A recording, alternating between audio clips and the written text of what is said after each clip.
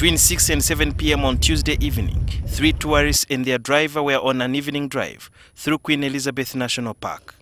According to police, the 4 were ambushed by 4 armed men who held them at gunpoint before grabbing one American tourist and the driver of the truck who doubled as a guide. One of them is called Kimberly Sue, is an American citizen, and the driver was called Jean Paul. And all visitors in the country that the joint security teams have cut off all exit areas on the border between Uganda and the DRC in search for the victims, especially because the park is at the border.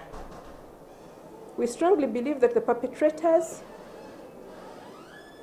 and the victims could still be trapped within our search area, and we are hopeful that our efforts will lead to their successful and safe recovery.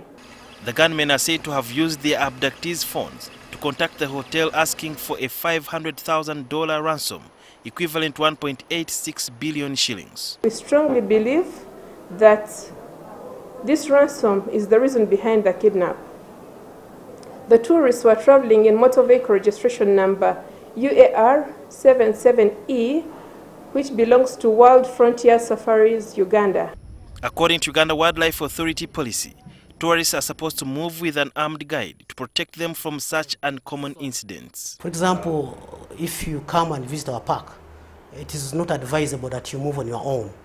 We have ranger guides who are usually armed, and that's one of the reasons why we have guns anyway, to protect our visitors, not only against wildlife, but also against illegal armed entrance. If you do not comply with our policies and guidelines, you do not work with us, because we cannot arrest you, we cannot imprison you, but we say we are blacklisted, we are not working with you. Efforts are underway to rescue the 2. Strengthened safety measures have been put in place for both the local residents and the visitors. NTV contacted Wild Frontiers Safaris Uganda, the tour company that was driving the tourists around.